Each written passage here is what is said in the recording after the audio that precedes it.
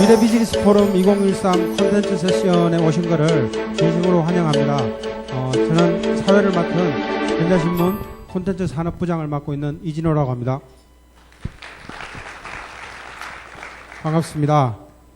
첫 번째 토론 주제로 제가 뭐 이렇게 거창하게 현황과 탐색이라는 이렇게 주제로 이렇게 좀 잡아봤습니다. 그래서 미래를 이렇게 좀 짚어보기 위해서는 어쨌든 지금 각 분야 이렇게 산업이 어떤지, 그리고 지금 이렇게 닥쳐 있는 산업 이슈들은 어떤 건지 짚어보는 게 앞으로 이렇게 이야기를 풀어나가는데 또 도움이 될 것 같습니다. 그래서 각 분야 이렇게 현황에 대해서 우리 강삼석 대표님께서 우리 게임 쪽 이렇게 산업 현장부터 이렇게 조금 현황을 좀 이렇게 풀어주시겠습니다.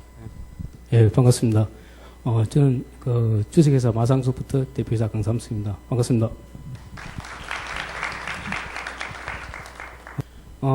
조금 전에 이제 우리 사회자님께서 현황과 탐색이라고 말씀하셨는데, 제가 와서 전자신문을 보니까, 여러분들 전자신문 잘 보셨을 겁니다.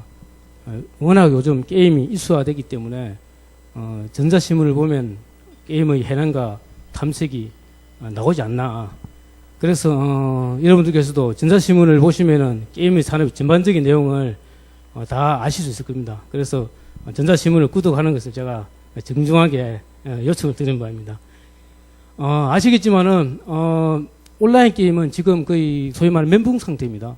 우리나라 대기업 정도, 몇몇 대기업 빼고는 거의 온라인 게임을 개발하지 않는 그런 지금 추세이고요. 다만 이제 온라인 게임을 개발하다가 어느 정도 매출 기반이 있고 차기작으로 온라인 게임 개발하는 저희 마상소프트 같이 실제 저희는 천여작을 에이스 온라인 게임을 개발한 후에 지금 전 세계 16개국으로 서비스를 하고 있습니다. 참고로 매출이 80% 이상이 거의 85%가 해외 매출이고요. 거의 국내 매출 거의 저조한 상황입니다. 그리고 이제 차기작으로 지금 게임을 개발하고 있는데, 그래서 이제 저희같이 이제 어느 정도 매출 개발이 되는 중소게임 개발 회사들은 온라인 게임 지금 개발하고 있고요. 지금 중소게임 개발사들이 온라인 게임 개발하는 경우는 거의 없습니다. 대기업조차도 프로젝트가 지금 접는 특히 올 초에 그런 경우가 있었습니다. 장투사로부터 거의 60억 이상을 펀딩을 받았습니다. 그리고 2013년 12월 정도에 CBT 글로벌 베타 테스트를 앞두고 그 회사는 가감하게 2012년 1월 2월 달에 온라인 게임 사업을 접었습니다. 장투사에서 무려 작년에 40억을 또 2차 펀딩을 해가지고 통장에는 돈이 쌓여 있습니다. 그렇지만 온라인 게임 자체가 어떤 스마트폰 기기의 어떤 그런 발전에 온라인 게임이 죽었다는 거죠. 그래서 심지어 장투사까지 그래 맞다, 온라인 게임 지금 중단이 아니라 거의 접은 상태에서 다시 이제 모바일 게임 개발하는 그런 경우가 2013년도에 벌어지는 어떤 온라인 게임 산업의 어떤 전반적인 추세다, 그렇게 말씀드리고 싶고요. 아시겠지만 모바일 게임 같은 경우는 서너 명 아니면 5명 이렇게 이제 개발진을 구성해서 개발을 하면은 가능하기 때문에 모바일 게임 개발사는 우후죽순처럼 엄청나게 생겨나고 있는 그런 추세입니다. 그래서 여기서 제가 이제 게임 산업의 이제 진단을 잠깐 이렇게 말씀드리면은, 그렇지만 온라인 게임 같은 경우는 2012년도 우리나라 시장 전체 규모를 따졌을 때, 2013년도 한 8% 정도 이렇게 성장한다는 그런 이제 게임빅스의 보고서가 나와 있습니다. 그러나 모바일 게임 같은 경우는 80% 이상 성장. 그렇지만 실제적으로 매출 규모 면에서는, 전체 이제 매출 규모 면에서는 8점 몇 프로밖에 안 되지만 온라인 게임이, 모바일 게임 성장 매출 그보다 89%지만 오히려 더 큽니다, 금액이. 그렇지만 온라인 게임 개발사들은 없다는 거죠. 개발하는 게임이 없다는 거죠. 그래서 지금 우리나라의 어떤 온라인 게임 산업의 어떤 붕괴, 그리고 이제 온라인 게임 산업의 붕괴라는 그런 진단을 낼 수 있고요. 그렇지만 모바일 게임 개발사들은 그렇지만 또 성장할 수 있을까? 과연 그게 대안이 될 수 있을까? 그것도 저는 이렇게 이제 퀘스천 마크를 이제 붙이면서 이건 아니다. 그래서 지금은 저는 그렇게 진단했습니다. 지금 업계에서는 아니면은 학계에서 어떻게 생각할지 모르겠지만은 지금이야말로 온라인 게임 개발사들의 기회다. 그리고 모바일 게임 개발사들의 최대 위기다. 지금 그렇게 저는 감히 그 진단을 내리고 싶고요. 그 이유는 실제적으로 2015년 정도 되면은 모바일 게임 시장 전체 규모와 온라인 게임 시장 전체 규모를 감안했을 때 모바일 게임 시장 자체도 그 성장률이 10% 이하로 떨어집니다. 그럼 이제 게임백스에 나온 그 자료고요. 그 자료가 맞다면은 과연 모바일 게임 회사의 어떤 모바일 게임 그 시장 규모가 한정되어 있는데 그렇지만은 거의 8, 90%가 지금 모바일 게임을 개발하고 있습니다. 그러면 온라인 게임은 기술성의 원칙에 따라서 어떤 그 품질이 되겠죠. 그렇게 된다면은 그 2015년 이후는 아마 그 지금 온라인 게임 개발하는 회사들은 엄청나 큰 기회가 되지 않을까. 저 그렇게 생각이 너무 시간이 많죠, 그죠? 여러분 저 시간이 그 많이 지체되는 것 같은데 그 계속해서 제가 저 그 게임 산업 전반적인 그 내용에 대해서 또 말씀드리기로 하고 예, 드리겠습니다. 애니메이션 회사를 운영하고 있는 투바인의 김광룡 대표입니다. 반갑습니다.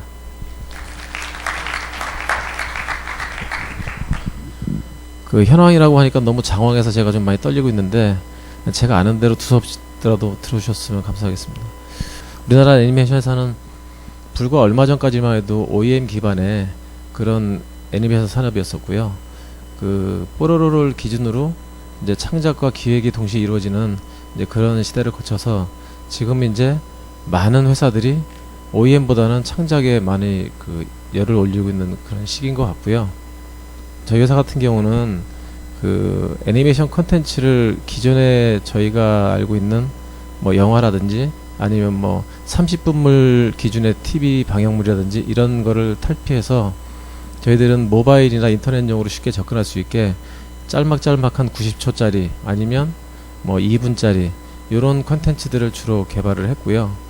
저희들이 그렇게 개발을 했던 이유는 과거에는 그 대형 미디어 회사들 뭐 디즈니라든지 이런 회사들이 자기들의 어떤 막강한 자금력을 가지고 뭐 극장 스크린이라든지 아니면 방송 채널들을 다 확보하고 자기네들의 컨텐츠를 그걸 통해서 마케팅을 했거든요. 우리나라에서 그럴 만한 경쟁을 할 수 있는 그런 여건이 갖춰지지 않았었고 많은 기획물과 창작물들이 그동안 사장됐었습니다. 그런데 그 스마트폰이라는 것이 나오면서 또 IT가 발달하면서 많은 매체들이 플랫폼화됐고 거기에 실은 가장 적절하게 대응할 수 있었던 게 저희 컨텐츠였던 것 같습니다. 그래서 지금은 뭐 많은 부분 저희들이 부족하긴 하지만 그래도 대형 업체들과 경쟁을 하고 싸워볼 수 있는 그런 여건이 된 게 현재 애니메이션 상황이 아닌가 생각하고요. 그런 걸 단적으로 보여준 게 지금 불과 얼마 전에 앵그리버드나 애니팡이었던 것 같고요. 앞으로 애니메이션 쪽은 많은 기회가 올 거라고 생각을 합니다. 네, 감사합니다. 저희는 CJ ENM에서 하고 있는 이제 디지털 컨텐츠 관련된 업무를 하고 있는데요. 그 디지털 컨텐츠 중에서 이제 음악, 영상, 영화 같은 이제 영상 컨텐츠들과 이제 음악 컨텐츠들 이런 측면에서 보면 그 음악 컨텐츠들은 이렇게 전반적으로 보면 다 안 좋습니다. 다 안 좋고 그 아티스트들도 불만이 있고 그 유통 플랫폼 하는 분들도 이제 불만이 있고 사용자들도 역시 이제 불만이 있는 상태라고 보시면 맞지 않을까 싶습니다. 그 IP를 갖고 계신 분들은 여전히 불법 컨텐츠들과 그러니까 인터넷이나 모바일 때문에 불법 컨텐츠들이 많아지는 거에 대해서 이제 계속 불편하죠. 왜냐하면 그 노력의 대가가 이제 아직 제대로 오지 않는다고 생각하니까 그렇게 되고 플랫폼 사업자들도 이전보다 IP 값, 저작권료가 굉장히 계속 올라가고 있는 추세이기 때문에 이 수익률이 약화되고 그럼에도 불구하고 여전히 이제 최근에는 여러분들 아시겠지만 카카오톡이나 구글이나 삼성이나 새로운 이제 음악 플랫폼 사업자들이 진입을 하게 되죠. 그리고 음악 자체를 위한 것이 아니고 다른 이제 부가적인 디바이스가 됐든 다른 플랫폼이 됐든 이 포트폴리오를 이제 맞추는 형태로 진입을 하고 있기 때문에 이전에는 뭐 3-4개 업체가 국내에서 경쟁하던 게 5개, 6개, 7개 뭐 이렇게 시장 파이는 커지지 않는 상태고요. 사용자들도 여전히 이제 음악값은 이제 비싸다고 이제 생각을 하죠. 저희가 최근에 6,000원, 뭐 9,000원 이렇게 올해 초에 가격을 올렸지만 여전히 지불 의향은 그거에 한 70%, 50% 이렇게 되고 그 엠넷 같은 경우도 매출이나 시장 그 원가가 오르는 거에 따라서 그 가격을 조금만 올려도 가격 민감도가 굉장히 큽니다. 100원, 1000원 이 정도의 그 가격에도 굉장히 민감하게 반응하고 있기 때문에 보시면 알겠지만 계속 이제 할인 이벤트 같은 걸 하고 있는 것 같고, 그래서 계속 외치는 것이 해외 어떻게 나갈 거냐, 해외 쪽으로 그 플랫폼을 어떻게 확산할 거냐, 두 번째로 IP를 어떻게 확산할 거냐, 계속 IP를 어떻게 갖고 있을 거냐. 결국에는 트렌드가 IP를 갖고 있는 컨텐츠 창작자들이 훨씬 이제 대접받는 구조로 간다고 보고 있기 때문에 영상이나 혹은 음악이나 이쪽에 대한 이 활용 방안, 그리고 어떻게 이제 글로벌로 그 컨텐츠가 하나가 생성이 된 이후에 국내, 해외, 모바일, 웹, 그 다음에 오프라인, 온라인 이걸로 유통을 시킬까. 그리고 이 이코노미가 마련이 돼야지 우리가 이제 컨텐츠는 킹이다. 그래서 컨텐츠를 통해서 빅뱅이 일어나는 것들이 실현되리라고 보고 있습니다. 이 정도가 저희가 그냥 브리프하게 생각하고 있는 올해 내년 정도의 그 시장 현황인 것 같습니다. 안녕하세요. 네이버에서 웹툰 그리고 있는 연지원입니다. 작가 입장에서 비즈니스적인 얘기를 하는 게 사실 제가 너무 많은 걸 알고 있지는 못하다 그런 생각을 해서 그냥 작가 입장에서 보이는 부분에 대해서 제가 좀 준비를 해왔는데요. 최근에 봤더니 모바일 쪽으로 웹툰 앱이 서비스가 되면서 웹으로 PC를 이용해서 모바일보다 더 PC를 이용해서 웹툰을 보는 독자들보다 모바일 이용자가 급증을 해가지고 지금 역전을 한 상태더라고요. 그래서 대한민국에서 인터넷 이용자 중에 3명 중에 1명은 웹툰을 소비하고 있고, 웹툰 어플리케이션을 일주일에 이용하는 이용 시간은 유튜브나 멜론보다 높게 이번에 조사가 됐다고 해요. 그래서 제가 봤을 때는 지금 완벽하게 웹툰 서비스 이용자들의 모델은 모바일로 옮겨가는 중으로 보이고, 지금까지 이렇게 확대를 해오면서 기존의 다음이나 네이버, 뭐 티스토어 같은 그 거대 포털에서 운영되던 웹툰이 아니라 레진이나 타파스틱 같은 다양한 매체들이 등장을 하기 시작했어요. 그래서 작가들 입장에서는 매체가 다양할수록 더 다양한 만화를 더 많은 독자들에게 선보일 수 있기 때문에 긍정적인 방향으로 보고 있고요. 이런 식으로 좀 앞으로 속속들이 매체도 다양하게 발전이 되는 만큼 그 작가들의 창작에 도움이 될 만한 창작의 작가들이 온전히 매진할 수 있는 환경을 구성하는데 좀 많은 노력을 기울일 시점이 지금이 된 것 같습니다. 네. 안녕하세요. 다음 임선영입니다. 포털은 두 가지 고민을 하고 있는데요. 첫 번째는 스마트폰 시장이 성숙해버렸어요. 굉장히 빨리. 한국의 이 빠른 페이스, 글로벌 마켓이랑 동기화되지 않으면서 이미 지금 한 3,500만 대 정도의 스마트폰이 다 팔리고, 그래서 이제 통신사는 어떻게 하면 뭐 객단가를 높일 것인지 이런 고민을 하는 거고, 그 다음에 저희 같은 이제 컨텐츠 포털은 매일매일 새로운 것을 요구하고 기대하는 한국어 사용자들에게 또 어떤 새로운 컨텐츠를 제공해 줘야 될까. 그리고 그 컨텐츠가 이제 뭐 PC, 스마트폰, 스마트 TV, 워치까지 다양하게 이제 크로스 디바이스로 연결되게 하는 서비스를 어떻게 만들어야 되나 이런 고민이 하나 있고요. 그래서 이제 컨텐츠에 집중. 지금은 스마트폰 사서 뭐 애니팡도 해봤고, SNS도 해봤고, 사진도 다 찍을 만큼 찍어봤고, 이제 뭐 하지? 근데 이제 영원히 변치 않는 즐거움. 퇴근할 때 지하철에서 프로야구 중계 봐야 되고, 그 다음에 아침에 출근할 때 또 버스에서 폰으로 뉴스도 봐야 되고, 그렇지만 이 컨텐츠들이 왜 어제와 오늘이 그렇게 다른 것 같지가 않을까, 더 나아질 수는 없을까. 그래서 컨텐츠에 대한 고민을 하고 있는데요.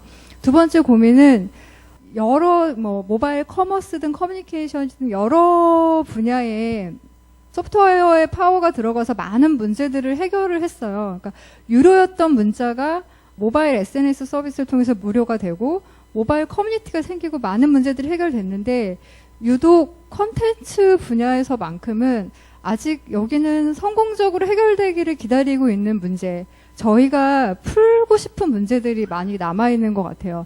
남이 또 푼 문제를 풀면 재미가 없잖아요. 알아주지도 않고. 근데 어떤 문제들이 남아있냐면 컨텐츠 분야는 아직도 생산자나 그 소비자가 같이 만족하는 유료 모델이 없어요. 예, 그리고 독자 입장에서는 정보의 과부하, 굉장히 많은 정보, 읽을 책도 많고, 뭐, 봐야 될 영상도 많고, 드라마, 중계, 뉴스 너무너무 쏟아지는데, 그 정보의 과부하를 해결해줄 어떤 좋은 큐레이션이나 필터링이 아직도 그렇게 잘 해결한 플레이어는 없는 것 같아요. 그리고 이제, 광고주 입장에서도 그냥 PC에서는 포털하면, 첫 화면에 잘 보이는 데다 광고하면 되지 뭐. 그랬는데, 광고주 입장에서도 역시 모바일 플랫폼에서는 뭔가 좋은 광고 수단이 없는 것 같아요. 그러니까 이것처럼 아직 풀리지 못한 문제들이 많이 남아있는 것 같다. 그래서 이제, 포털은 그 두 가지. 스마트폰 시장이 성숙했고, 독자들은 계속 새로운 걸 원하고, 여기서는 콘텐츠가 굉장히 중요한데, 어떻게 새로운 걸 만들어낼 것인지랑, 그렇지만 콘텐츠 분야에서 아직 풀리지 못한 문제들을 좀 잘 풀어보고 싶다. 자세한 이야기는 또 이어서 드릴 수 있을 것 같습니다. 각 분야 이렇게 돌아가면서 현황을 짚어본 것 같습니다. 미래 비즈니스 포럼이 올해로 이제 3회째를 맞는데요. 처음 이렇게 시작할 때가 이제 2011년이었는데 그때만 하더라도 이 모바일 시장이 이렇게 성장하고 우리 생활과 시간을 이렇게 지배하게 될지 아무도 진짜로 미래 비즈니스 포럼도 예측하지 못했던 부분입니다. 근데 지금 이렇게 콘텐츠 업계 각 분야를 이렇게 돌아가면서 현황을 짚어봤지만 관통하는 하나의 단어가 어쨌든 모바일인 것 같습니다. 뭐 그게 스마트 기기일 수도 있고 뭐 모바일 PC가 될 수도 있고 근데 모바일인 것 같은데 그러면 이제 그 모바일이 이렇게 대중화되고 폭발적인 이렇게 성장세를 기록을 하면서 실제로 모바일로 콘텐츠를 소비하는 형태나 방식 이런 것들이 굉장히 많이 변화했다고 생각이 들거든요. 그래서 콘텐츠 소비 형태의 뭐 혁명이라고 할 수 있는 이 모바일 환경에서 실제로 이게 이거는 뭐 돌아가면서 이제 하는 건 아니고 실제로 여러분들이 소비 형태의 변화와 관련해서 혹시 뭐 이렇게 각 분야에서 실제로 이렇게 사업이나 개발을 하시면서 느낀 점이나 뭐 그런 어떤 트렌드를 이렇게 짚어줄 이야기가 있으시다면 자유롭게 뭐 이렇게 간단하게 이렇게 한마디씩 좀 하시면 될 것 같습니다. 제가 서두에 너무 말을 너무 많이 해가지고 저는 좀 이제 짧게 하겠습니다. 조금 전에 이제 스마트 디바이스, 스마트 기기의 어떤 진화에 따른 어떤 콘텐츠 변화를 말씀하셨는데 아시겠지만은 그 콘솔 비디오 게임이 재작년부터 이렇게 막 40% 30% 이렇게 그 시장 규모 자체가 이렇게 줄었습니다. 감소를 했거든요. 그렇지만 여러분 잘 아시는 그 GTA라는 게임 아시죠, 그죠? 콘솔 게임. 3일 만에 1조 1000억의 매출을 올렸습니다. 잘 아시겠지만 지금 대단한 큰 이슈가 되고 있는데 그 게임이 넓은 뭐 자유도와 그리고 폭력성으로 선정성으로 그런 게임이거든요. 그래서 제가 볼 때는 그 어떤 스마트 디바이스의 어떤 변화에 따른 어떤 시장 구조의 변화보다는 저는 그렇게 좀 많이 생각합니다. 아까 제가 뭐 모바일 게임의 어떤 위기라 그랬지만은 그 PC 시장은 PC 시장에서도 PC 온라인 게임 시장에서도 충분히 콘텐츠가 풍부하면은 충분히 시장에서 성공할 수 있다. 물론 지금 그 콘솔 게임 같은 내년에 또 한 40% 이상 또 게임 시장이 또 성장한다더라고요. 그래서 가장 중요한 것은 저는 그렇게 생각합니다. 기기 변화에 따른 어떤 우리 콘텐츠의 다양한 변화, 우리가 개발을 해야 된다. 그런 생각도 들지만은, 웹툰이든지 애니메이션이든지 모든 그 어떤 콘텐츠에 구애받을 필요 없이 콘텐츠의 어떤 질적인 향상, 사용자들의 어떤 감성을 자극할 수 있는 그런 콘텐츠로 접근하면은 어떤 디바이스에도 성공할 수 있다. 그렇지만은 사회자님께 말씀하셨듯이 어떤 우리 모바일 기기의 어떤 그 진화에는 우리가 또 수용할 수밖에 없고 그쪽으로는 앞으로도 쭉 가지 않을까 그렇게 저는 그 시장 상황을 내다보고 있습니다. 예, 감사합니다. 저희는 컨텐츠의 특성상 그 모바일을 통해서 올리는 수익보다는 오프라인에서 올리는 저희들은 수익이 훨씬 더 많고요. 모바일은 저희들이 어떻게 보면 홍보 수단에 가깝습니다. 저희들이 그 컨텐츠를 제작하고 기획하고 개발하는 데 들어가는 시간이나 비용이 상당히 높습니다. 보통 기간도 한 2, 3년씩 걸리고 또 비용도 한 3, 40억 이상씩 들어가는데 그걸 통해서 만약에 모바일을 통해서 그 수익을 올린다 그러면 지금 저희들이 봤을 때 그렇게 올릴 수 있는 수입 여건은 없고요. 저희들은 지금 그 모바일을 통해서 이 컨텐츠를 얼마만큼 빠른 시간에 알릴 수 있느냐 그런 거에 대한 집중을 많이 하고 있고요. 그걸 통해서 저희들이 실은 그 라이센싱 사업을 하고 있는 거고 그 상품화 사업을 통해서 저희들이 올리는 수익을 위해서 저희들은 모바일을 매개체로 활용을 하는 겁니다. 예를 들어서 그 디즈니 같은 경우는 이제 뭐 많은 컨텐츠를 갖고 있지만 전 세계 나라별로 에이전트를 다 두고 있습니다. 그 에이전트는 사업을 대행하는 에이전트고 그 에이전트들은 각 지역에서 올리는 그 로열티 수익의 60%에서 70%를 그 본 IP 업자한테 보내고 자기들은 30-40%를 그 대행 수수료로 띄는 거거든요. 이제 그런 저희들이 에이전트 계약을 하기 위해서 실은 급속도로 빠른 시간에 컨텐츠를 알리기 위한 수단적인 부분이 많기 때문에 모바일 자체가 갖는 그 수익률을 따지기에는 좀 약간 저희들은 어려운 부분이 사실입니다.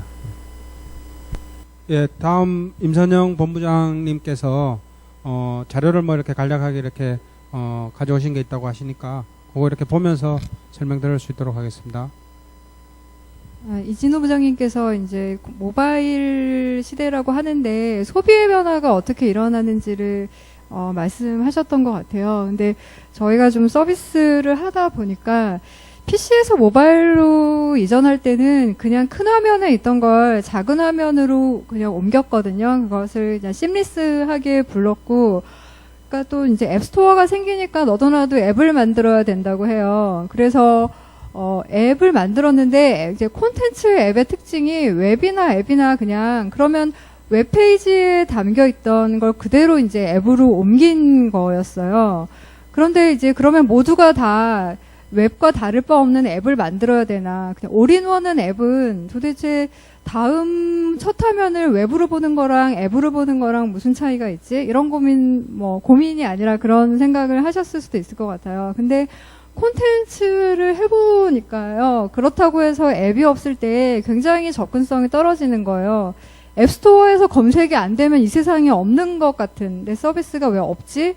이제 이런 느낌이 들고 그렇다고 앱을 다 제작하기에는 너무나 비용이 많이 드는지라 그러니까 또 다른 하나의 중요한 어떤 그 서비스를 제공하는 입장에서는 베스트 셀렉션이다 이제 그러니까 올인원이 아니라 웹에 있는 가장 좋은 콘텐츠를 베스트 셀렉션으로 제공해주고 그거를 이제 통신사나 제조사나 뭐 여기 계신 또 뭐 CJ나 이런 다양한 파트너들이랑 협업해서 콘텐츠를 좀 만들 수 있겠고요. 소비가 뭐가 달라지나를 저희가 좀 봤어요. 그러니까 새롭게 이제 스토리볼이라는 서비스를 만들었는데 기존에 있던 책을 전자책으로 만들고 그걸 앱스토어에서 파는 이렇게 그냥 컨버팅은 사용자들이 새로운 콘텐츠로 느끼지를 않는 거예요. 모바일 핏하게 아예 새로운 저자들이랑 같이 새롭게 다 콘텐츠를 만드는. 그러니까 나가수가 아니라 K-팝 스타일. 나가수는 기존 가수들이 기존 노래를 더 잘 부르는 경연을 하는 거였다면 K-팝 스타는 그러니까 새로운 가수들이 등장해서 새로운 노래를 부르잖아요. 그러니까 모바일 핏한 콘텐츠라는 게 나가수가 아니라 K-팝 스타고 굉장히 이제 컨버팅이 아니라 크리에이티브이더라. 이런 걸 좀 배웠었고요. 그리고 어떤 콘텐츠들이 주로 소비가 되냐 하면 유명인이 쓴 거 가르치려고 하는 거 이런 거 잘 반응 없는 걸 굉장히 많이 느꼈어요. 연예인이 쓴 글 뭐 이런 거 연예인은 내가 원하면 TV에서도 신문에서 다 볼 수 있는 걸 생각해서 적임자, 경험자가 쓴 거. 국대 떡볶이를 내가 직접 노점부터 시작해서 어엿한 체인점 대표가 되기까지 이런 고생을 하며 이렇게 창업했어요 라는 스토리가 굉장히 유명한 경영인이나 스타가 쓴 글보다 훨씬 많은 반응을 얻는다든지 혹은 연예인이 나와서 제가 이렇게 다이어트를 했어요 하는 것보다 되게 못생기고 뚱뚱한 어떤 옷가게 주인이 제가 이런 과정을 거쳐서 다이어트를 했어요라고 실제 자기 당사자가 이야기하는 그런 콘텐츠들이 좀 독자들에게 많은 반응이 있었고요. 그러니까 마지막으로 두 번째 특징은 익숙한 콘텐츠나 익숙한 카테고리를 재해석하는 거였던 것 같아요. 뭐냐면은 그냥 게임이면 게임이지 요리면 요리고 음악이면 음악이지 했는데 저희가 모바일용으로 요리 콘텐츠를 만들면서 이거 검색하면 다 나오는 건데 정말 요리를 좋아할까? 근데 다른 방식으로 만들었어요. 어떻게 다르냐면 맥주, 안주 이렇게 검색하면 굉장히 많은 결과가 나오잖아요. 근데 그 중에서도 뭔가를 골라야 되고 고르고 들어가면 그 블로그 주인이 뭐 오늘은 비가 와서 뭘 만들어 봤어요. 이렇게 말도 많고 그런데 그냥 지금 이 순간에 가장 트렌디한 레시피를 딱 한 개만 제공하고 거기에는 아무 사족이 없고 그냥 재료샷, 조리샷, 그 다음에 잘생긴 셰프의 얼굴, 완성샷 이렇게 한 10장의 고해상도 사진만으로 컨텐츠 한 편이 제작되는데 그렇게 제작된 레시피는 정보이기도 하지만 굉장한 감상형 컨텐츠인 거예요. 그래서 익숙한 카테고리도 재해석해서 다른 방식으로 만들어주니까 정말 사람들이 좋아하면서 실제로 구매가 일어나는 컨텐츠. 저희가 이제 그저께 유료화를 붙여봤는데 저 맥주 안주 애호박 카르파초는 저분이 만든 20편의 컨텐츠 중에 저기다가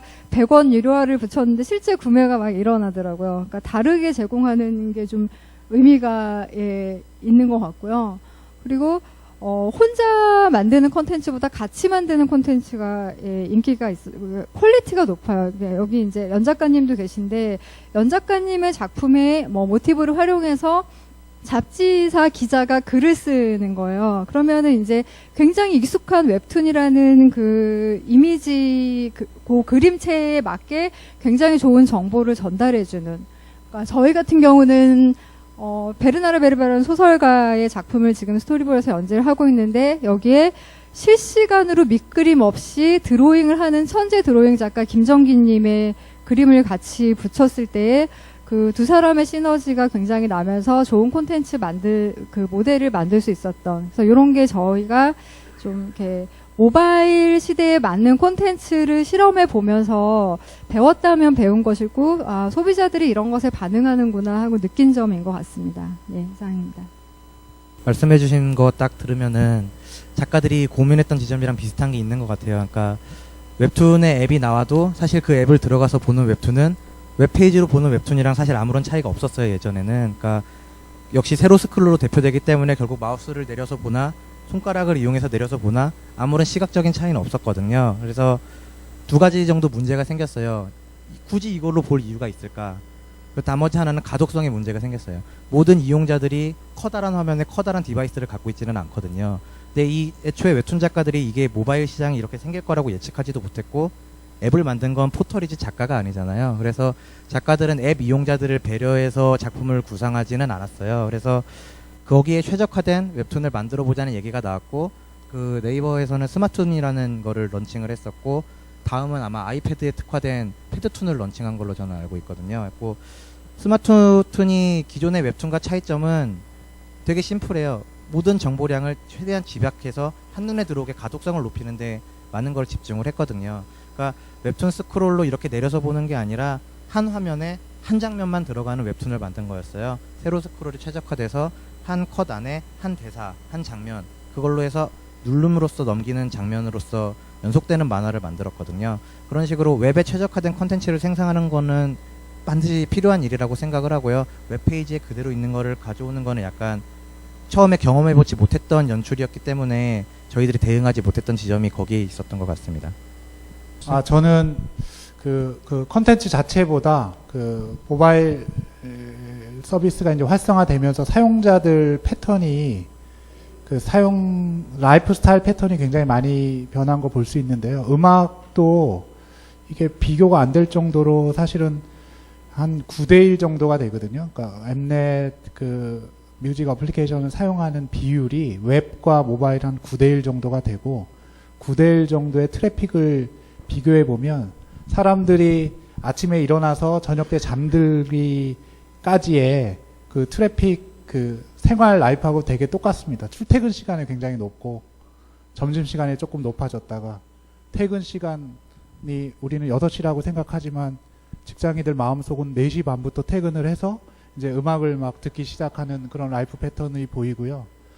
CJ에서 이제 CGV라는 그 영화 어플리케이션을 출시를 하고 나서 내부에서 많이 느꼈던 거는 예전에는 모바일이 없을 때는 사용자들이 영화를 예매를 하고 가기 전에 30분이나 1시간 전에 거기서 약속을 하고 약속하는 기다리는 동안 커피를 먹든지 팝콘을 사든지 이런 활동에서 애플리케이션으로 15분 전까지 예매 취소를 할 수 있는 기능을 제공하니까 이제는 5분 전에 도착하는 사람들이 굉장히 많아졌고, 그럼 비즈니스적으로는 그 영화관에 들어가기 전에 뭐를 판매를 해야 되나, 혹은 이제 사람들이 5분 전에 오는 사람들이 굉장히 많아지기 때문에 이제 아웃사이드, 엑시트 쪽에서 비즈니스를 뭘 해야 되나, 이렇게 돼서 어플리케이션이 생기면서 그런 라이프 패턴이 굉장히 많이 변했었고요.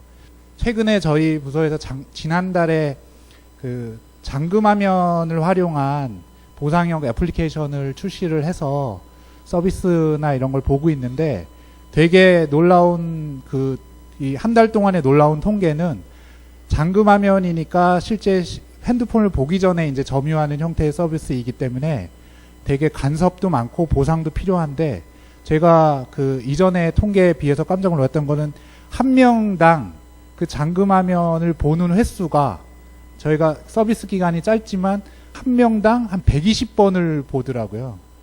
한 UV당 스크린 뷰가 한 120 정도 나오는 형태로 통계가 한 달 동안 계속 이어지는 거 보고, 이 사람들이 도대체 이 핸드폰, 여러분들 몇 번 보시나요? 핸드폰 저는 이전까지 세본 적이 없거든요. 모바일 2008년도부터 그 스마트폰 나와서 써본 적이 없었는데, 뒤에 데이터가 그렇게 나와 보는 거 보니까 실제 우리 삶이 이거에 대해서 어떻게 많이 이렇게 변화가 됐고, 비즈니스를 그러면 어떤 식으로 해야 되나, 이런 고민들이 이제 많아지는 이 현상들이 많이 보고 있는 것 같습니다.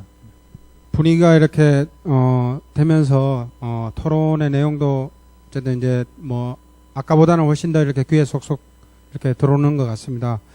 그 모바일이라는 일단 환경의 도래, 그리고 이제 어떤 콘텐츠를 좀 더 이렇게 강력하게 소비자들이 소비하게 됐는지에 대한 방향이나 흐름을 이렇게 좀 짚어봤고요. 이제 사실 상황이 이렇게 되면서 창작자나 아니면 개발자의 이렇게 손을 떠난 콘텐츠가 이제 바로 세계 시장과 만나는 어떤 그런 구조가 이렇게 만들어져 있지 않습니까? 근데 그렇다 보면 여기 이제 강삼석 사장님 나와 계시지만, 게임을 제외한 여기 계시는 웹툰, 뭐 음악, 그다음에 애니메이션, 이런 부분들이 사실은 가장 고민이 많은 게, 현장에서 고민이 많은 게 수익 모델입니다. 그러니까 돈을 어떻게 벌어야 할 것인가. 사실 뭐 게임을 차별하는 게 아니라 게임은 워낙에 글로벌리 수익 모델이 증명이 된 이렇게 비즈니스 아이템이기 때문에 그렇지만, 음악과 애니메이션과 웹툰은 이런 부분에 대한, 더구나 이제 플랫폼 쪽은 이런 부분의 고민들이 더 이렇게 깊어지는 때라고 생각이 됩니다. 그래서 사실 더 많은 창작과 더 수많은 아이디어의 상품화가 이 생태계를 이렇게 만들어 나가는 생명력이라고 할 때, 그 생명력에 물 뿌리는 역할이라고 할 수 있는 어떤 수익 모델에 대해서 우리 이렇게 각 분야에서 이렇게 좀 느끼는 부분을 말씀을 이렇게 좀 풀어 나갔으면 합니다. 그래서 우선 애니메이션 부분부터 이렇게 수익 모델에 대한 고민이 굉장히 많으실 텐데, 이렇게 좀 한마디씩 이렇게 좀 풀어 나가시면 좋겠습니다. 그 아까도 말씀을 드렸지만, 저희 같은 경우는 그 모바일에 대한 수익 구조나 이런 부분들에서는 이렇게 많이 고민을 하거나 그러진 않았습니다. 저희 같은 경우는 그 유통에 대한 부분들이 물건을 파는 게 아니고 뭐 저희 캐릭터에 대한 사용료를 파는 거거든요. 그래서 저희들이 로얄티를 받는 건데, 저희들이 로얄티를 받는다는 거는 예를 들어서 시장에서 흔히 보이는 뭐 완구라든지 봉제 인형 같은 그런 걸 통해서 수익 구조를 내는데, 봉제 인형 하나가 10,000원짜리라고 하면 저희들은 그 10,000원짜리를 제조 납품가를 40%로 보고 40%에 저희들이 8%씩을 개당 로얄티를 받거든요. 근데 그거는 전 세계 공이 똑같은 구조를 갖고 있습니다. 그래서 저희들은 실은 모바일을 통해서 컨텐츠를 알리고, 그 알린 컨텐츠를 가지고 오프라인에서 수익을 내는 그런 상품화 사업에 어떤 초점을 맞추고 있기 때문에, 저희들이 모바일은 어떻게 보면 서비스 개념이 훨씬 더 강하고요. 그 서비스를 어떻게 저희들이 소비자들한테 할 건지, 어떤 방식으로 전달할 건지, 이런 거에 대한 고민들을 저희들은 많이 했었고, 그래서 실은 저희들이 SNS를 통해서 뭐 혹시 뭐 보셨을지 모르겠지만 작년 추석 때 그 한가위 영상을 저희들이 배포한 적이 있었어요. 다음을 통해서 했었는데 그때 조회 건수가 4천만이 넘었다고 제가 얘기를 들었거든요. 그러니까 그런 어떤 많은 반향들을 통해서 실은 상품을 살 수 있는, 유도할 수 있는 그런 과정들이 생기기 때문에 저희들은 모바일에 대한 어떤 직접적인 수익 구조보다는 간접적인 어떤 효과에 대한 부분들을 고민을 많이 하고 있습니다. 음악 쪽은 사실은 저작권이 이제 정리가 된 게 좀 꽤 됐기 때문에 그 유료화 컨텐츠, 디지털 컨텐츠 중에 유료화를 제일 먼저 이제 시작한 형태입니다. 그리고 이 수익 모델은 뭐 다들 우리가 하는 것처럼 이제 정액제 모델을 사는 건데, 정액제 모델을 사는 게 사실 디지털 컨텐츠 쪽에서는 이제 유일하고요. 오랫동안 이제 정체되어 있는 이 상황입니다. 왜냐하면 실제 저희가 뭐 30곡, 60곡, 무제한 스트리밍 이런 형태로 요금제가 먹여져 있고, 그거가 한국 사회에서 굉장히 수용도가 높고, 그거를 아이튠즈나 곡당 얼마로 바꾸는 거에 대해서는 아직 적합하지 않다라고 다들 이렇게 생각하고 있기 때문에 수익 모델 측면에서는 계속 좀 정체돼 있고, 글로벌은 한국 음악 콘텐츠 업자들이 이렇게 진출하지 못하고 있는 상황이고요. 그렇지만 이제 앞으로 향배를 보는 거는 지속적으로 음악의 콘텐츠 생산자, 유통하는 사업자, 그다음에 플랫폼 하는 이제 IT 플랫폼 하는 사업자, 이들 모두 다 IP가 핵심이다 이렇게 바라보고 있습니다. IP를 갖고 IP를 확보한 상태에서 어떤 대중들에게 인기를 얻게 되면 저희가 생각했던 것보다 더 많은 이제 부가가치가 나오는 것 같고요. 그렇지 않고 그냥 유통 모델이나 그냥 국내에서 히트를 치는 것만으로는 그동안 이제 투자한 것만큼 리턴이 그렇게 오지 않는 거라고 보고 있어서, 실제 음악 사업자들도, 그러니까 플랫폼 사업자들도 역시 이제 컨텐츠 직접 IP를 확보하기 위한 투자로 이어지고 있고요. IP 사업자들도 역시 IP만 만드는 게 아니라 디지털 마켓을 잘 활용해야지 오프라인이든지 온라인이든지 직접 판매든지 콘서트든지 MD 상품이든지 하고 있기 때문에 그 두 가지를 양쪽에서 이제 같이 보고 있는 상황으로 새로운 부가 콘텐츠 이렇게 활용하려고 수익 모델로 만들기 위한 노력들이 이어지고 있는 상황인 것 같습니다. 만화 같은 경우에는 예전에 그런 비판 많이 들었거든요. 웹툰이 처음 시작됐을 때 만화가 무료로 서비스됨으로 인해서 독자들에게 만화는 공짜라는 인식을 심어줬기 때문에 많은 비판을 받았었어요. 근데 작가 입장에서 봤을 때 저는 웹에서 데뷔를 해서 출판 만화 시장을 겪어보지 않은 작가인데, 제가 봤을 때 만약에 출판 만화 시장에서 대한민국 만화계가 굳어 있었다면 저는 만화가가 안 됐을 것 같거든요. 그러니까 무료라는 점이 비판을 받을 수는 있는데 그게 시대의 흐름에 그렇게 돼버린 게 아닐까라는 생각을 했어요. 근데 이게 처음에 무료로 서비스돼서 독자들에게 만화는 공짜라는 인식이 심어진 거는 어쩔 수 없이 발생한 일이기 때문에 그 독자들을 수익 모델 쪽으로 끌어들이기 위해서 좀 고민을 많이 해야 될 필요가 있었던 것 같거든요. 왜냐하면 어제까지 공짜로 보던 걸 오늘부터는 50원이라도 내라고 하면 그 50원 진짜 아까워하기 때문에, 그래서 이 사람들을 어떻게 하면은 기존의 그 리스크를 안 준 상태에서 수익 모델로 옮겨올까 하고 생각해낸 게, 제가 연재하고 있는 네이버에서는 그래서 3가지 수익 모델을 세웠더라고요. 그래서 뭐 첫 번째로 대표되는 거는 3회분을 미리 보게 하는 서비스고요. 유료 결제한 결제자에 한해서 오늘 올라온 무료로 풀린 웹툰이 아니라 3회를 먼저 볼 수 있게 서비스를 하는 방식이고요. 하나 더 올해 초에 시작이 된 게 네이버 PPS라고 해서 페이지 프로핏 쉐어를 하고 있거든요. 그 각 웹툰 하단에 텍스트 광고와 이미지 광고를 결합을 해가지고 그 광고 수익 클릭으로 발생하는 광고 수익을 작가와 네이버가 나눠 가지는 시스템을 또 적용을 했고요. 그리고 마지막으로 3번째로 적용되고 있는 게 제일 먼저 적용이 된 건데, 이미 완결해서 더 이상 연재되지 않는 끝난 작품에 대한 유료화를 진행을 하고 있고, 또 거기서 발생한 수익을 작가와 네이버 포털이 이렇게 나눠서 수익 모델을 세우고 있어요. 근데 처음에 되게 걱정도 많이 했고 욕도 많이 먹었던 것 같아요. 신과 함께 그리신 주호민 작가님 같은 경우에는 악플이 어마어마하게 달렸거든요. 네이버에서 본격적으로 유료화, 완결 웹툰 유료화를 서비스할 때 먼저 발을 내디디셨는데, 그런 우려나 욕과는 다르게 욕을 하는 독자들은 어쨌든 결제를 하지 않는 사람들이더라고요.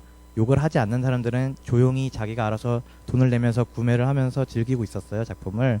그래서 기존에 보던 사람들은 늘 평소에 보듯이 매주 한 편씩 챙겨보면 되는 거고, 좀 하드한 유저들은 자기 스스로 자신의 돈을 지불해 가면서 더 많이 즐길 수 있는 폭넓은 선택권을 늘려가는 식으로 수익 모델을 잡고 있는 게 아닌가, 그렇게 생각을 합니다. 예.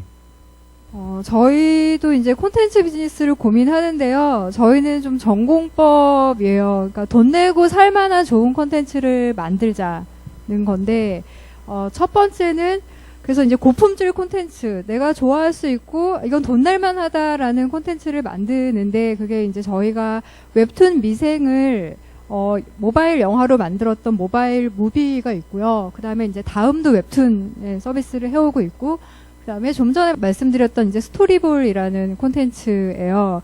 그러니까 모바일 핏하게 프리미엄하게 모바일 독자들이 좋아할 만한 콘텐츠를 정말 이렇게 제작해서 해보는 건데, 이렇게 하면 좋은 점이요. 은밀하게 위대하게라는 웹툰이 정말 인기를 얻을 거야. 이거는 영화로 만들어도 흥행을 할 거야라는 걸 저희는 저희가 기획해서 서비스를 했기 때문에 일찍 알 수 있었거든요. 근데 일찍 알 수 있기 때문에 이것의 파급력이 어떠하다니 이걸로 어떻게 돈을 벌어볼까를 미래 계획을 세울 수 있는 장점이 있고, 또 하나는 스토리볼에서 이제 한 70작품을 연재해봤더니 그 중에서 12작품이 이미 단행본 출간 협의가 됐어요. 굉장히 이제 2차 저작물로 성공한 확률이 높은 케이스인데, 아직 나온 지 2달밖에 안 된 서비스거든요. 이걸 보면서 그러면 작가들과 미리 판권 협의를 해서 요 콘텐츠는 이 출판사랑 하는 게 좋겠습니다. 혹은 이 콘텐츠는 영화로 만드는 게 좋겠습니다. 이 콘텐츠는 드라마가 어울리네요. 이제 이렇게 해서 조금 더 판권의 가치를 높이고 2차 저작물로 갈 수 있는 성공 확률을 높이는 방법이 또 하나가 있을 수 있겠고요.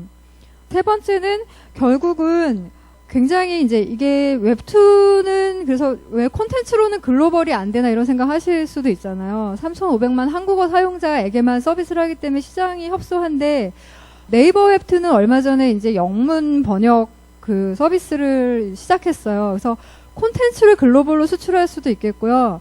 웹툰이라는 포맷을 수출한 스타트업이 있어요. 타파스 미디어라고. 한국의 웹툰이라는 포맷이 굉장히 특이하다. 만화를 안 보던 사람들까지 막 보게 만들었다. 그래서 포맷을 수출하는 형태가 또 있을 수 있겠고, 저희도 좀 고민을 하고 있습니다. 두 번째는 이미 이제 잡지가 있고 신문이 있고 방송이 있는데, 그걸 올인원으로 그냥 다 보세요 이게 아니라 베스트 셀렉션만 모아서, 예를 들어 누군가는, 저는 뭐 조선일보의 위클리비즈의 뎁스인 인터뷰 연재물에 굉장히 관심이 많습니다. 뭐 그 코너는 언제나 지금 현대 시대에서 가장 핫한 경제 스타 CEO들을 인터뷰해서 좋은 인사이트를 줍니다. 근데 그것만 싹 모아서 보고 싶은데 어느 정도 기간 이상이 지난 기사를 보려면 뭐 로그인을 한다던가 이제 돈을 낸다거나 그래요. 근데 그것만 모은 앱북을 만들면 그거는 1,000원 주고 살 수 있을 것 같거든요. 왜냐하면 내가 좋아하는 그 연재물이 싹 들어가 있고 새로 나오는 연재가 계속 업데이트 되고 해서 올인원이 아니라 정말 사용자가 좋아할 만한 것들을 모아서 베스트 셀렉션을 제공하면 그거는 좀 유료화 가치가 있을 수 있다. 그래서 기존에 매스하게 대중을 상대로 그냥 대량으로 서비스하던 것 중에서 베스트 셀렉션을 모아서 프리미엄하게 제공하면 그것도 좀 유료화의 한 가지 방법이 있을 수 있겠고요. 그러니까 영상 콘텐츠도 마찬가지로 무한도전이 어제 그렇게 재밌었다고 하는데 제일 재밌었다는 3분만 보고 싶어. 그거 1시간 다 보고 있기는 너무 시간이 오래 걸려. 그랬을 때 다음 같은 플랫폼이 3분 하이라이트를 제공하고 다시 보기가 있는 원천 콘텐츠 제작자 MBC에게 이제 풀 액세스를 넘겨주는 모델이죠. 뭐 이런 것도 생각을 해볼 수 있겠고요. 또 하나 이제 좀 돈 버는 콘텐츠 비즈니스로 고민하는 거는 주문형 콘텐츠 생산 플랫폼이에요. 그러니까 지금까지 나오는 콘텐츠는 콘텐츠 생산자가 이런 독자들이 이런 걸 좋아할 거야 라고 해서 이제 제공을 하는 거잖아요. 그렇지만 세상에는 신문방송에 안 나와도 내가 알고 싶은 정보가 너무나 많이 있거든요. 예를 들면 애완견에 관한 책은 나올 수 있는데 불독에 관한 책은 시장이 너무 작아서 나오기가 힘들어요. 근데 불독은 굉장히 고급 견종이고 키우는 사람이 얼마 안 되고 무척 키우기 까다로운 이 어떤 종류인데 이거에 대해서도 너무 잘하는 카페 주인장이 책을 낼 만한 콘텐츠가 됨에도 불구하고 얘는 초판 3,000부를 소화할 만한 시장이 안 되는 거죠. 그렇지만 그 카페 회원 1,000명에게는 너무너무 필요하고 10,000원을 주고라도 사고 싶은 콘텐츠일 수 있어요. 그래서 두 가지 방향이 있는데, 나 대신 어디 가서 누구 좀 만나봐 주세요. 그 사람 너무 궁금해요. 뭐 혹은 나 대신 어디 좀 가주세요. 이게 이제 모든 평범한 사람들이 다 누군가를 만날 수는 없잖아요. 뭐 류현진의 모든 걸 알고 싶으면 정말 MLB 가서 취재할 수 있는, 취재할 경비가 있으며 취재 접근성이 있는 분이 가서 만나야 되기 때문에 이런 종류의 콘텐츠를 뭐 자의적으로 이제 붙인 이름이 선망 콘텐츠, 이거는 10,000명이 1,000원 내고 살 만한 콘텐츠일 수 있고요. 반대로 이제 강소 콘텐츠는 제가 뭐 불독의 예를 들은 것처럼, 혹은 서울시내 사립초등학교 얼마나 있고 돈은 얼마나 들고 교육의 질은 어떠하며 공립교육과는 어떤 차이가 나고 선생님들은 어떻고 교육관계는 어떻지, 이런 것들을 고민할 때 저런 건 누가 정말 그 정보 접근권이 있는 사람이 객관적으로 취재해서 알려주면 좋겠다. 요즘 제주 이민이 그렇게 화제라는데 제주에 가서 살려면 집은 어떻게 구하고 현지 적응은 어떻게 하고 일자리는 어떤 게 있으며 등등등 알고 싶은 게 많잖아요. 이런 거는 1,000명이 10,000원 주고라도 구매할 수 있는 콘텐츠일 것 같다. 그래서 독자가 펀딩하는 그 1,000,000원짜리 프로젝트, 이걸 생산하는 분은 1,000,000원이라는 펀딩을 가지고 내가 어디를 비행기 타고 가서 누굴 만나든 한 달이 걸려서 취재하든 간에 이게 콘텐츠 생산에 드는 비용과 본인의 어떤 밸류를 다 할 수 있는 최소한의 이제 자금이라는 생각이 들어요. 그래서 이런 것들을 좀 시도해 볼 수 있을 것 같고요. 세 번째는 이제 그러면 수익 모델, 저거는 이제 저희가 이제 콘텐츠를 만들면서 직접 콘텐츠 생산 비용을 이제 만들 수 있는 거고, 현재 있는 수익 모델들은 좀 이런 게 있어요. 그러니까 콘텐츠를 연재할 때의 연재 중 원고료가 있고요. 연재 후에 판매 수익이 있고, 그리고 작품 사용권이라는 것도 있어요. 그러니까 예를 들어 이제 천기영 작가가 옷 입는 법을 그린 만화 드레스 코드라는 만화가 있는데, 패션 잡지 에디터가 하위 10% 몸매를 이유한 옷 입기 뭐 이제 이런 글을 쓰는 거예요. 근데 그림이 있으면 좋잖아요. 근데 천기영 작가가 마침 하위 10% 몸매를 가진 여자들을 위한 이제 패션 만화를 그리신 거죠. 그러면 이제 천기영 작가께 작품 사용권, 이미 이제 그분은 다른 작업을 하실 필요는 없어요. 기존에 그린 만화의 작품 사용권 저희가 지불하고 콘텐츠 가치를 훨씬 높여서 콘텐츠를 만들고, 이게 이제 연재 종료가 됐을 때 유료화를 하면 연재할 때는 그렇게 안 보시던 분들도 끝나면 이제 다 몰아서 봐야지.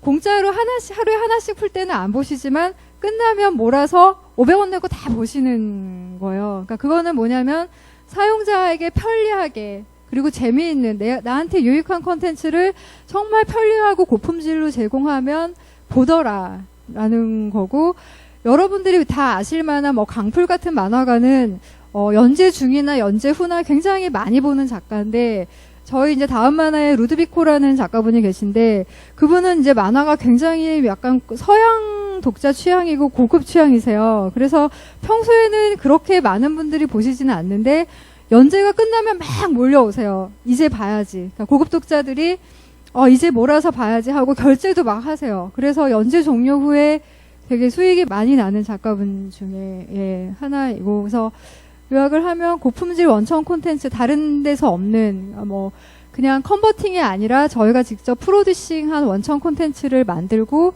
그리고 정말 독자의 수요가 있는, 독자들이 원하는 이런 콘텐츠 써주세요 하는 것들을 독자의 펀딩으로 만들어서 독자들에게도 생태계에 참여한다는 만족감, 그리고 내가 원하는 콘텐츠다라는 만족감을 주는 콘텐츠를 만들어서, 여기 참여한 분들은 1,000원을 냈지만 여기 참여하시지 않은 분들이 나중에 그 콘텐츠를 보려면 2,000원인 거죠. 그래서 뭐 이렇게 어떤 초기 참여, 초기 생태계에 기여한다는 그런 보람을 좀 드릴 수 있을 것 같아요. 이상입니다. 굉장히 잘 들었습니다. 잘 들었고요.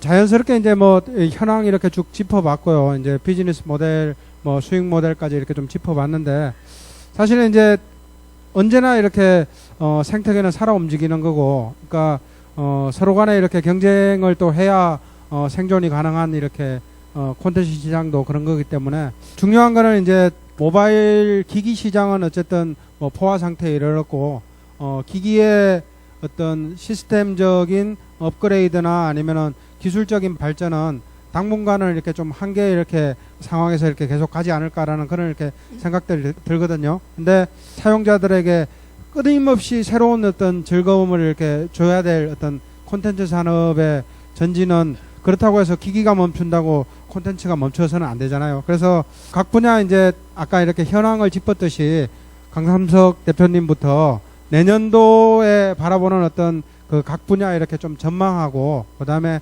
운영하시고 계시는 회사를 시장 상황에 맞게 어떻게 이제 좀 대응해 나가겠다라는 그런 이렇게 전략까지 살짝 이렇게 귀뜸을 좀 해주시면 좋겠습니다. 네. 사실 뭐 게임 같은 경우는 제가 아까도 제가 말씀드렸지만은 뭐 온라인 게임의 어떤 붕괴, 여러분도 잘 아시겠지만은 한국의 그 온라인 게임 시장에서 LOL, 롤이 차지하는 그 PC방 점유율은 이미 42% 가까이 됩니다. 그리고 피파 온라인 3 같은 경우는 9% 정도. 그러니까 두 개 합치면 50%가 넘죠, 그죠? 불과 그 2, 3년 전만 해도 한국의 온라인 게임 시장에서 한국의 온라인 게임이 PC방 점유율 50% 이상이었습니다. 근데 지금은 27%밖에 안 됩니다. 저는 그렇게 좀 진단을 하고 싶거든요. 아시겠지만은, 롤 같은 경우는 돈을 안 들이고 게임을 즐길 수 있는 게임입니다. 그러면 그 어디서 매출을 발생시키느냐? 다 PC방 매출입니다. 대부분이. 그렇지만 롤 같은 경우는 중국에서 작년 기준으로 서비스를 하면서 손실액이 1,000억이었습니다. 그 어떤 그 온라인 게임 시장의 생태계가 PC방에서 매출을 올릴 수 있는 국가는 거의 우리나라밖에 없거든요. 이거 같은 경우는 그 우리가 심각하게 각오를 짚어볼 필요가 있다. 왜 우리나라의 대행, 여기 뭐 CJ도 계시지만 CJ 넷마블도 계시고 그리고 저 넥션 같은 데서 왜 PC방에서 IP 가금을 했는가? 그 부분을 우리가 좀 짚고 넘어가고 싶고요. 실제로 저희 이제 에이스 온라인 그 게임 같은 경우는 PC방에서 거의 공짜거든요. 그 어떤 부메랑이 지금 우리 온라인 게임 개발사에 돌아오고 있다. 다시 말씀드리면 롤 같은 경우 베트남에서도 동접이 8만 명인데 월 매출이 3억인가 하여튼 8억인가. 그러니까 이게 이제 다른 국가에서는 롤이 실제적으로 수익에 어떤 역마진 날 수 있는 그런 구조입니다. 콘텐츠로서 어떤 아이템 가금 그 수익 모델이 있지 않습니까? 다른 국가에서 타 국가에서는 롤이 지금 그 영업 손실을 발생시키고 있습니다. 다만 한국에서 엄청난 그 어떤 돈을 그렇게 벌어들이고 있죠. 그게 이제 어떻게 보면은 우리의 과거의 어떤 그 대기업들이 PC방에서 왜 PC방에서 IP 가감을 했는지 저도 지금 이해가 안 갑니다. 그 부분이 부메랑으로 다시 우리한테 돌아오고 있는 거죠. 그리고 제가 그런 이야기를 또 좀 많이 했습니다. 여기 뭐 대기업에 종사하시는 분도 계시겠지만은 롤이 워낙 잘 나가니까 아시겠지만은 롤을 꺾어보겠다고 도타2를 수입을 했습니다. 대기업에서. 그래서 제가 예전에 어떤 세미나에서 그런 말씀 드렸거든요. 현대자동차가 자기 자동차가 잘 안 팔린다고 BMW를 수입해서 한국에서 판다. 어떻게 보면 한국 온라인 게임 시장의 어떤 붕괴를 초래할 수 있는 생태계가 파괴된다는 거죠. 중소게임 개발사들이 한 가지 제가 더 짚고 넘어가자면은 온라인 게임 시장 자체가 붕괴되니까 퍼블리싱 계약을 했어요. 제가 잘 아는 대표님 그 회사인데 퍼블리싱 계약을 체결한 후에 서비스를 앞두고 있습니다. 그러면 보통 온라인 게임 그 개발사와 퍼블리싱 계약은 333 이렇게 계약과 동시에 30% 그리고 CBT와 동시에 30% 그리고 상영 후 40% 이렇게 이제 계약금을 지불하고 있습니다. 그 30%는 퍼블리싱 업체가 개발사에 줬죠. 근데 온라인 게임 시장 자체가 붕괴되니까 붕괴가 아니라 침체되니까 서비스를 차일피일 미루는 거예요. 그러면 개발사는 어떻게 되겠습니까? 개발비는 계속 인건비가 계속 나가지 않습니까? 그러면 한국의 그 퍼블리싱 업체들이 계약을 해지를 해줘야 되는데 해지도 안 해줘요. IP를 들고 있습니다. 그냥 퍼블리싱 판권을 들고 있습니다. 그럼 서비스도 못하고 인건비 계속 나가지 망가질 수밖에 없거든요. 그 해외에서 이제 승부를 걸어야 되는데 해외도 마찬가지 전 세계 판권을 가지고 있기 때문에 해외 진출도 다 마음대로 못해요. 승낙을 받고 해외 진출할 수밖에 없는 어떤 그런 구조. 일본 분들 어떤 법적으로 어떤 그 해결해 줘야 되지 않겠나 이런 생각이 들고요. 반면에 일본 같은 경우는 또 깔끔합니다. 계약금을 포기하면서 해지해 줍니다. 한국만의 어떤 그 고질적인 문제. 우리 산업 온라인 게임 산업 자체를 우리가 스스로 망가뜨리는 대기업이 망가뜨리는 어떤 그런 어떤 구조. 내년에도 아마 그 온라인 게임 시장 더 그렇게 이제 침투되지 않을까. 그리고 나서 잘 아시겠지만은 돈 된다 그러면 이렇게 달라붙거든요. 저는 이제 그 사업을 하면서 저도 이제 돈을 많이 벌지는 못했지만은 저는 니치 마켓을 공략하는 중소기업이 상당히 나는 중요하다고 보였거든요. 대박을 누리는 것보다는 회사가 연속해서 성장할 수 있는 그런 어떤 기업으로 만들자. 거기에 대한 어떤 가치를 저는 상당히 많이 두고 있습니다. 그래서 이제 매니아 게임, 어떤 우리 이제 비행기 게임, 비행 시뮬레이션 게임 이쪽으로 이제 차기적으로 우리가 지금 개발하고 있는데 계속적으로 이제 집중해 나갈 예정이고요. 게임도 저는 마찬가지로 생각합니다. 그 남들이 진짜 움츠리고 있을 때, 워렌 버핏은 미국 금융위기가 왔을 때 과감하게 투자를 했습니다. 베팅을 했습니다. 거의 100억 불을 벌였죠, 그죠? 우리나라는 그게 아니거든요. 왜 개미들이 주식시장에서 손실을 입겠습니까? 돈을 버니까 너도 다 뛰어드는 겁니다. 이미 때는 늦었죠. 지금이 아마 온라인 게임 시장, 남들이 다 떠나고 있습니다. 지금 온라인 게임 시장에 들어온다면, 그리고 정부에서도 이전 게임 산업에 다 스마트폰 기기 하에 있는 그런 게임들만 지금 지원을 해주고 있습니다. 온라인 게임 지원은 거의 전무합니다. 제작 지원은. 지금 이때야말로 우리나라의 IT 강대국으로서 산업 중에 하나가 온라인 게임이거든요. 전체 시장에서 파이가 한국 온라인 게임 28%입니다. 중국 다음으로 우리가 시장이 큽니다. 그리고 온라인 게임 시장은 미국뿐만 아니라 계속적으로 증가하고 있는 추세입니다. 그 산업 규모 자체는 엄청납니다. 지금이야말로, 그리고 내년이야말로 우리가 온라인 게임 시장을 다시 한번 더 쳐다볼 수 있는 그런 기회를, 그런 그 마음가짐을 가져야 되지 않을까. 저는 그렇게 내다보고 있습니다. 예, 감사합니다. 그 애니메이션 쪽은 산업 구조가 일단 특이하고 차별화되어 있기 때문에 그 저희가 현실에 지금 저희 회사 갖고 있는 현 상황에 대한 걸 기준으로 전망을 저희가 말씀을 드리겠습니다. 그 저희 그 라바 컨텐츠가 지금 그 전 세계에 방영도 되고 있지만 에이전트 계약을 지금 21개국 정도를 했고 아마 연내 한 40개국이 넘어갈 것 같습니다.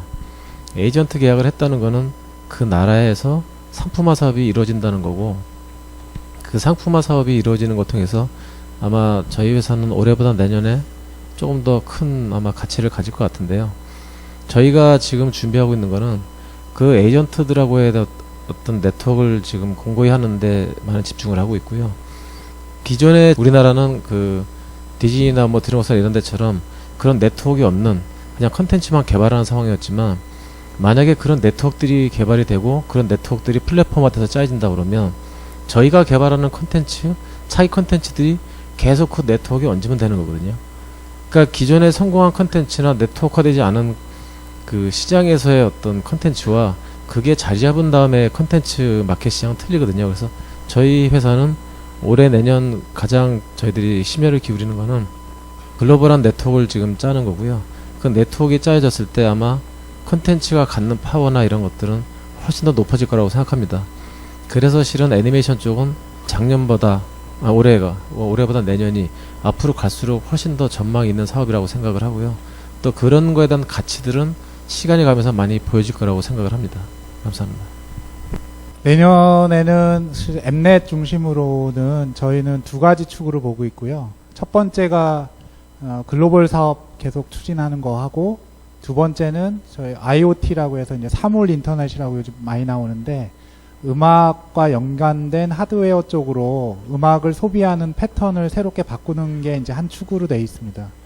첫 번째 글로벌 축으로 보면 한국 뮤지션들이 사실은 최근 몇 년 동안 굉장히 그 K-팝을 중심으로 확대가 많이 됐었는데, 우려 중에 하나가 또 이것이 한때 그냥 유행처럼 한두 번 그냥 사람들이 신기해하고 해외 동남아를 중심으로 한 해외 사용자들이 그냥 신기해하고 끝나고 이게 산업화가 안 되는 것들이 이 염려 중에 하나인데, 그러려면 실제 산업에 종사하는 어떤 사업자들이 되게 적극적으로 글로벌을 좀 추진해야 될 것 같고요. 추진하는 거 방안이 저희가 최근에는 작년 올해 열심히 한 게 이제 동남아 중심으로 K-팝 사용자들을 컨택을 굉장히 많이 해서 실제로 온라인 서비스를 하고 있는데, 그 친구들 통해서 한국의 K-팝 아티스트들 뿐만 아니고 그 밑에 있는 그 생태계 쪽에 있는 다른 카테고리의 사용자들도 같이 데리고 나가서 판매가 되든가 부가가치 일으키는 것들을 큰 축으로 하나 보고 있고, 두 번째는 IoT 상품인데 저희는 그 웹에서 모바일로 되면서 점유율이 뭐 처음엔 9대1, 7대3, 5대5 하다가 모바일로 확 바뀌는 거를 보고 사람들이 이미 자기가 모바일 애플리케이션이 없었을 때 음악 사용하는 패턴조차 기억하지 못하는 형태로 빨리 전화가 되는데, 실제 요즘에는 저희가 트렌드를 보고 있는 거는 음악과 연결된 하드웨어들이 굉장히 좀 많이 나오고 있고요. 그 하드웨어들이 사용자들의 오프라인의 패턴들도 많이 바뀌는 것 같아서 실제 여러분들 보시는 뭐 와치라든지 그 휠 밴드라든지 화분에 그 와이파이가 달려서 음악하고 연결되고 블루투스 스피커 역할을 하는 그 하드웨어 상품들이 많이 나와서 실제 매니아들을 통해서 확산되고 있는데, 이런 것들을 통해서 음악이 갖고 있는 가치를 좀 확장하자, 이런 계획을 좀 갖고 있습니다. 웹툰 같은 경우에는 확실히 좀 파이의 한계가 있는 것 같아요. 왜냐하면 이야기를 제공하는 게 바로 웹툰의 컨텐츠인데 한국말을 모르면 누구도 이걸 즐길 수가 없어요, 사실상. 그러니까 결국 웹툰의 독자는 한국인으로 한정이 되어 있는 거예요. 그래서 이제는 이거를 해외로 번역을 해서 수출을 할 시기가 온 게 아닌가라는 생각을 하고 있습니다. 이게 안타깝게도 우리나라에서 2차 판권 사업으로 웹툰을 원작화해서 영화를 만들거나 뭐 드라마를 만들거나 하는데, 작가 입장에서는 이거 어떻게 보면은 사전에 그거를 생각하고 그려야 되나라는 고민을 하게 만들어요. 그러니까 한국에서 판타지 영화나 SF 영화가 나오거나 드라마가 나올 것 같지 않거든요, 사업 시장 규모상. 그럼 작가 입장에서는 장르물을 포기하게 돼요. 드라마화가 가능하고 영화화가 가능한 만화를 처음부터 기획을 하게 된다는 거죠. 그러니까 장르의 획일화를 가져오는 부분이 없지 않아 있어요. 아니면 지금 한국에서 판타지를 하거나 SF 같은 장르물을 그리는 작가들은 아마 작가 스스로 그걸 감수하고 있다고 저는 생각을 하거든요. 앞으로 이게 2차 판권으로 진행되지 않는다는 걸 스스로 포기하고 가는 거예요. 근데 해외 진출을 하게 된다면 이 독자 대상이 한글을 읽을 수 있는 한국인의 대상이 아니라 뭐 영미권이 될 수도 있고, 그런 식으로 해외 진출로 확장을 하게 된다면은 더 넓은 독자들에게 이 만화의 가치를 판매할 수 있다는 거죠.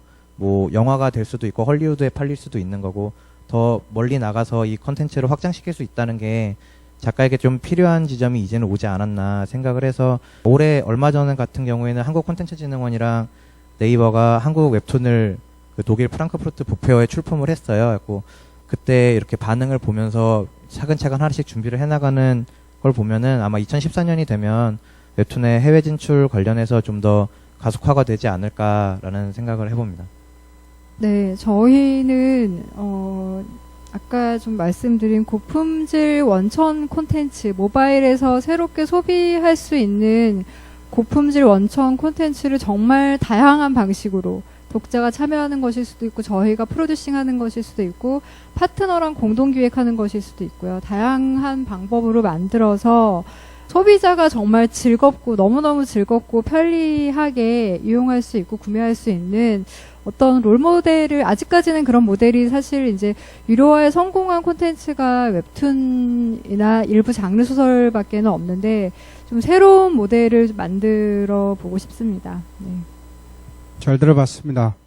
지금까지 이제 쭉 이렇게 들으셨는데 질문이나 의견 있으신 분 손 들어주세요. 삼성전자 네트워크 사업 기획팀에서 왔습니다. 저는 사실 좀 컨텐츠 쪽에는 문외한인데요. 오늘 좋은 인사이트를 얻은 것 같습니다.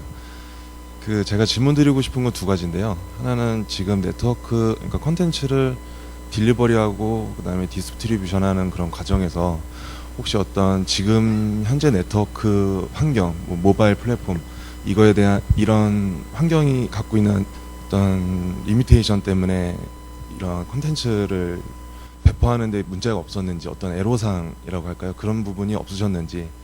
두 번째는 오늘 이 포럼이 이제 미래 비즈니스 포럼인데요. 앞으로 5년이나 한 10년 뒤에 아까 IoT도 말씀하셨는데 모든 사물이나 그다음에 디바이스들이 다 연결이 된 그런 네트워크 환경에서 그런 환경이 구축이 됐을 때 계획하시는 그런 서비스나 컨텐츠가 어떤 게 있는지 좀 의견을 듣고 싶습니다. 아직까지는 저희가 뭐 굉장히 뭐 대작 영화를 서비스 직접 한다든지 뭐 이런 거는 아니라서 사실은 이제 그런 네트워크 환경보다는 어떻게 하면 콘텐츠 내용에 조금 더 초점을 맞추고 있어서 아마 뭐 이렇게 질문하신 거에 대한 좋은 답변은 좀 아닐 수는 있을 것 같고요.